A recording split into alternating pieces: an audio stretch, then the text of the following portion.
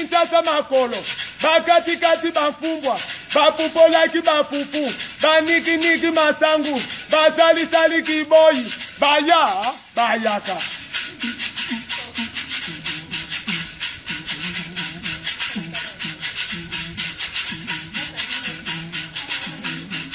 Baye likola mituka, bamemeli biso kwanga, baye koteka basafu, batekeli biso mbasu, bakongo.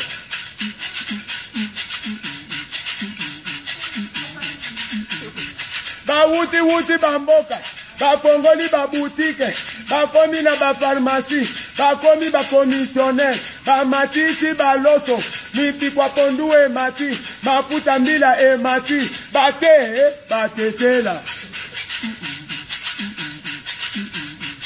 Bafrode babato, baye kotonda na kini, bayenga na vile, bateka kabwaga nzoto, batondi na rai, bamongo.